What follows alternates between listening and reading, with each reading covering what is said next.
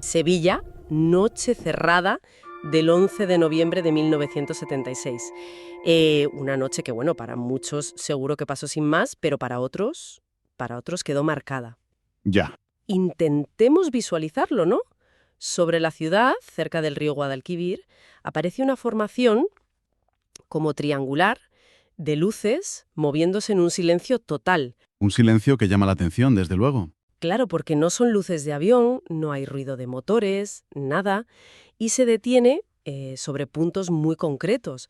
La Torre de los Perdigones, allí en la Macarena, y también sobre el puente de Triana. Sí. A ver, que no es un caso de estos supermediáticos a nivel mundial, pero ojo, los testigos son de bastante peso. Y hay documentos oficiales. Eso es importante. Hoy vamos a meternos de lleno en este incidente sevillano. Tenemos varias cosas sobre la mesa para intentar reconstruir qué pasó. Sí, está el expediente oficial desclasificado de la CIFA, la Comisión de Investigación de Fenómenos Aéreos del Ministerio del Aire. Luego, una notita de prensa muy, muy cauta del ABC de Sevilla. Muy de la época, imagino. Exacto. También un análisis que se hizo después en un libro sobre ovnis en España y el testimonio, directo, grabado de un marinero del Guadalquivir. Ah, eso es interesante, un testigo directo. Y hasta un estudio geofísico, fíjate, de la Universidad de Sevilla sobre anomalías en esa zona de la torre. O sea, un poco de todo. Pues sí, un buen material. A ver, nuestro objetivo aquí es, pues eso, desgranar qué ocurrió esa noche usando todas estas piezas. Entender no solo los hechos, sino por qué este caso es significativo, aunque no tuviera tanta repercusión mediática en su día. Claro. Y hay que pensar en el contexto, ¿eh? España, 1976, plena transición. Un momento de cambio, sí, pero también, bueno, con ciertas inercias. Temas raros, inexplicables, se trataban con mucha cautela. Con silencio casi. Eso es. Vamos a ver qué cabos sueltos quedaron que casi 50 años después, pues siguen ahí. Es que los detalles que cuentan los testigos son desconcertantes desde el principio. Sí. Y no hablamos de uno o dos. No. Las fuentes hablan de decenas de personas. Y perfiles muy variados, ¿eh? Guardias civiles del cuartel de Triana, marineros del río que conocen el cielo de allí, vecinos. Gente fiable, a priori. Claro. Y todos coinciden en cosas clave. La forma triangular, el silencio absoluto, que choca, ¿no?, con el tamaño que parecía tener. Y que duró un buen rato, más de 20 minutos, dicen. 20 minutos es mucho tiempo para algo así. Y luego están los fenómenos asociados, que es donde la cosa se pone aún más extraña, ¿verdad? Totalmente. No fue solo ver las luces, es que se habla de interferencias en las radios. Sí, en el cuartel y en los barcos según el marinero. Eso. Y el comportamiento de los animales, los perros. Dicen que en Triana empezaron a aullar todos a la vez, de una forma lastimera. Uf, qué detalle. Y esa descripción casi poética de una niebla luminosa o polvo brillante cayendo hacia el río, sobre todo cuando estaba encima de la Torre de los Perdigones. Una imagen muy potente, sí. Son como demasiadas cosas raras juntas, en el mismo sitio y al mismo tiempo. Lo que me llama la atención es eso, la coincidencia de testimonios de gente que seguramente ni se conocía. Claro, los guardias en su cuartel, los marineros en el río, los vecinos, cada uno en lo suyo, pero viendo lo mismo. Exacto. Y ahí está la fuerza del caso, creo yo. Esa consistencia entre observadores independientes. No es un relato aislado. Son varias miradas que coinciden en algo inexplicable. Si te parece, empezamos a detallar un poco más el incidente con esos testimonios y los informes. Perfecto. Pues mira, si cruzamos los datos del expediente de la CIFA y lo que cuenta el marinero, el momento clave es entre las 10:15 y las 11 menos 20 más o menos de esa noche. Vale. 11 de noviembre. Sí. Testigos clave. Guardias, marineros, vecinos de Triana y Macarena. Y la descripción del objeto. Pues eso, una estructura oscura, 3 luces potentes en los vértices, un triángulo. El marinero lo dice muy gráfico, ¿eh? ¿Qué dice exactamente?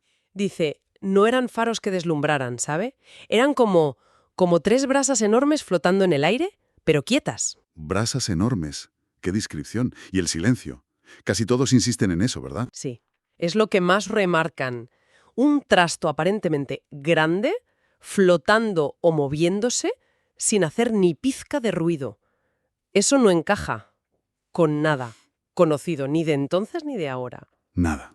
Aunque es interesante lo que decías antes del marinero, esa sensación, ¿Ah, sí? la vibración. Él dice, no se oía nada, ni un susurro, pero yo sentía como una vibración aquí, se intuye que señala el pecho, como si algo muy potente estuviera ahí, aunque no hiciera ruido. Una sensación física a pesar del silencio. Curioso. Muy curioso. Añade otra capa, ¿no? Más allá de lo visual. Desde luego. Y bueno, junto a la descripción y esa sensación están los efectos colaterales que ya apuntabas. Y que el expediente CIFA también recoge, al menos en parte. ¿Las interferencias? Eso es. Un clásico en muchos informes OVNI. Aquí se habla de problemas con las radios del cuartel de Triana, y el marinero lo confirma en los barcos.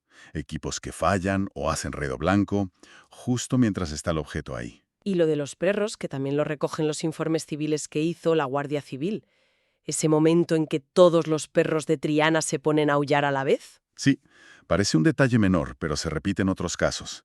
Podría ser una reacción a algo que no percibimos, ¿no? Infrasonidos, cambios electromagnéticos, ¿quién sabe? ¿Quién sabe? Y no nos olvidemos de la niebla luminosa, que suena muy raro. Evocador y extraño, sí. El marinero la describe como una especie de polvo de estrellas muy fino, brillante, que caía despacito hacia el agua, cuando estaba sobre la torre. ¿Y qué era eso? ¿Una emisión? ¿Ionización? ¿Una alucinación colectiva, quizás? Imposible saberlo. Las fuentes solo lo registran como un hecho más. Un elemento extraño más en la ecuación. Además, este marinero cuenta algo subjetivo, pero que da que pensar, la percepción del tiempo. ¿Ah, sí? ¿Qué cuenta sobre eso? Pues que él miró el reloj al principio, 22:17, y al final, 22:42. Pasaron 25 minutos. Pero él dice, le juro que a mí me pareció que todo duró 5 minutos, como mucho. El tiempo se me pasó volando, o se encogió, no sé. El fenómeno del tiempo perdido o distorsión temporal. También aparece en otros relatos de encuentros cercanos. Efecto psicológico, neurológico incluso. Podría ser, pero claro, a saber. Lo que sí es objetivo es que hubo una investigación oficial. Y ahí entra el famoso expediente CIFA-SEV 196-74077, que está en el Archivo General de la Administración. Una pieza clave, sí señor. ¿Y qué dice ese expediente? ¿Aclara algo o...? Pues mira, contiene varias cosas. El informe del cuartel de la Guardia Civil de Triana con las primeras observaciones. Las declaraciones formales de 3 civiles y 2 guardias. Y algo muy importante. Una comunicación del Servicio Meteorológico Nacional. ¿Y qué decía meteorología? Pues que descartaban cualquier fenómeno meteorológico conocido. Ni globos sonda, ni rayos, ni nada raro en la atmósfera que explicara esas luces esa noche. Nada de nada. O sea, causas naturales obvias, descartadas oficialmente. ¿Y otras cosas? ¿Aviones militares? ¿Prototipos? Ahí es donde la conclusión del informe de la CIFA es... bueno, es muy escueta, pero dice mucho. Después de analizar testimonios y descartar lo meteorológico, el investigador militar pone, literalmente, no se ha podido identificar origen natural, militar o civil del fenómeno observado. Y ya está. Punto final. Exacto. Ni hipótesis, ni especulaciones, ni seguiremos investigando. No encaja en nada conocido, se archiva. Un no identificado oficial y rotundo. El libro de Miguel Pedrero que mencionabas, el de casos desclasificados, añade un dato interesante sobre esto, ¿no? Sí, Pedrero confirma, citando fuentes de la base aérea de Tablada, la base de Sevilla, que no había constancia de ningún vuelo autorizado, ni militar ni civil, sobre esa zona a esa hora. Ninguno. Ni maniobras, ni vuelos comerciales fuera de ruta, ni prototipos. Nada registrado. Lo cual refuerza todavía más la conclusión de la CIFA. Claro. Investigaron lo convencional. Natural, militar, civil. Y todo dio negativo. Era la forma de trabajar de la CIFA en muchos de los más de 3.000 casos que investigaron entre el 62 y el 79. Rigurosos para descartar lo conocido, pero muy cautos con lo desconocido. No especulaban, archivaban. Vale, entonces, fenómeno raro, muchos testigos fiables, efectos físicos, investigación oficial que dice no identificado, y todo esto pasando sobre Triana y parándose sobre la Torre de los Perdigones. ¿Tiene algo de especial ese sitio? Pues mira, la Torre de los Perdigones no es una torre cualquiera. Es una antigua torre almohade del siglo XII, parte de la muralla.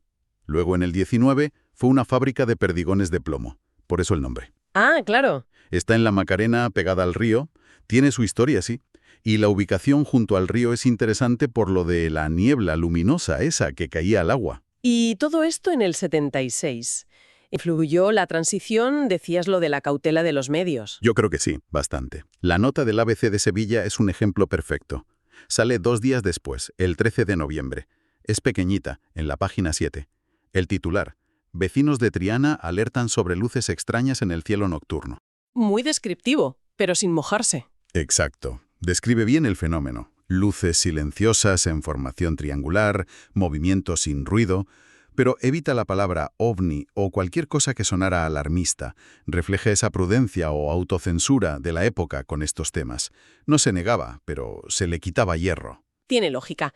Con todo lo que estaba pasando en España, un misterio en el cielo igual no interesaba destacarlo mucho. Quizás por eso quedó un poco en la sombra. Es muy probable. Y la propia CIFA funcionaba así, con discreción. Era militar, sus investigaciones eran internas y rara vez salían al público. Ha sido con la desclasificación de archivos, ya en los 90, cuando hemos conocido casos como este. Bien, pues tenemos testimonios, efectos, investigación, contexto. Nos queda la última pieza, el estudio geofísico de la Universidad de Sevilla. ¿Qué pinta esto aquí? Parece desconectado. A primera vista, sí. Es un estudio del 2003, casi 30 años después, sobre anomalías electromagnéticas en zonas históricas de Sevilla. No tiene nada que ver con ovnis, pero curiosamente detectaron que justo la zona de la Torre de los Perdigones tiene microvariaciones anómalas en el campo magnético local. Microvariaciones magnéticas. ¿Y eso? ¿Por qué? La hipótesis de los geofísicos, sin pensar en ovnis ni nada, era que podría deberse a la concentración de metales pesados enterrados. Piensa que fue zona industrial. La fábrica de Perdigones usaba plomo, y antes fue parte de la muralla. Igual hay restos metálicos de armas, estructuras. Vale, entiendo. Metales en el suelo que alteran el magnetismo local. Eso es. Y aquí es donde, bueno, se pone interesante. Aunque no haya relación directa probada, podría haberla. Tenemos un ovni con efectos electromagnéticos reportados, las radios, justo en un sitio donde luego se detectan anomalías magnéticas. Es una correlación curiosa, sí. Geográfica, aunque separada en el tiempo. Hay que ser prudentes, ¿eh? El estudio no prueba nada sobre el ovni, pero sí que te deja pensando. ¿Podrían ciertas condiciones geofísicas locales influir en estos fenómenos?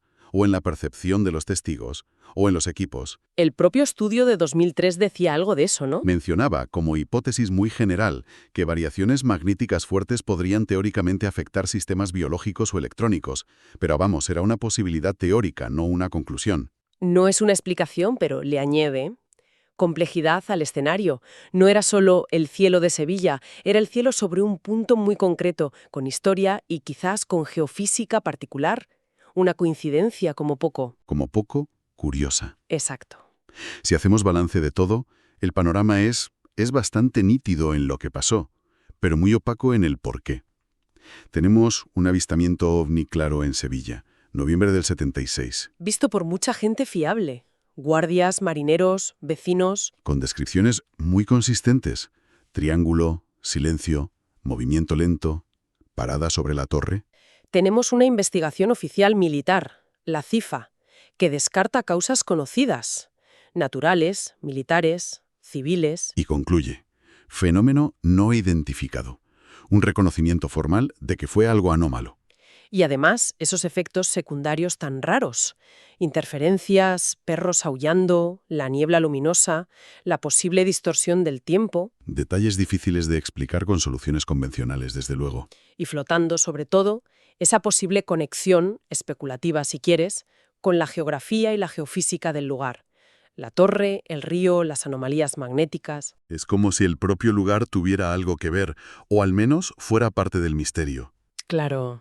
Y todo esto inevitablemente nos deja con preguntas abiertas. Preguntas que las fuentes no responden, pero que surgen del análisis. Por ejemplo, lo de la CIFA. Si descartaron todo lo conocido, ¿por qué ese no identificado tan seco y ya está? Falta de datos. ¿O no querían especular? O quizá influyó el contexto político del 76 para mantener un perfil bajo. ¿Quién sabe? ¿Y la ubicación? ¿Fue casualidad que se parara justo sobre la Torre de los Perdigones? Un lugar histórico, junto al río, con esas posibles anomalías. ¿O hay algo más ahí? Podríamos incluso pensar si conecta con leyendas locales del río, aunque eso ya es salirnos de los documentos, claro. Ya, nos vamos un poco. De otra pregunta importante. ¿Fue este caso de Sevilla algo aislado, único? O una muestra de algo más grande que pasaba en Andalucía o en España en los 70, que fue una década movidita en temas ovni. Cierto. Quizás otros casos no tuvieron la suerte de tener testigos tan sólidos o una investigación oficial detrás, por discreta que fuera. Este caso sevillano, estos guardianes de la torre, como podríamos llamarlos por esa imagen, nos sirve de recordatorio, ¿no? Sí, yo creo que sí. Nos recuerda cuántas historias parecidas, cuántas crónicas del silencio pueden seguir ahí, en archivos olvidados o en la memoria de gente que nunca habló o que habló y no le creyeron. Exacto. Nos deja pensando en esa línea, a veces tan fina entre lo que podemos explicar y lo que simplemente pasó ante los ojos de unos pocos, dejándonos un misterio que perdura.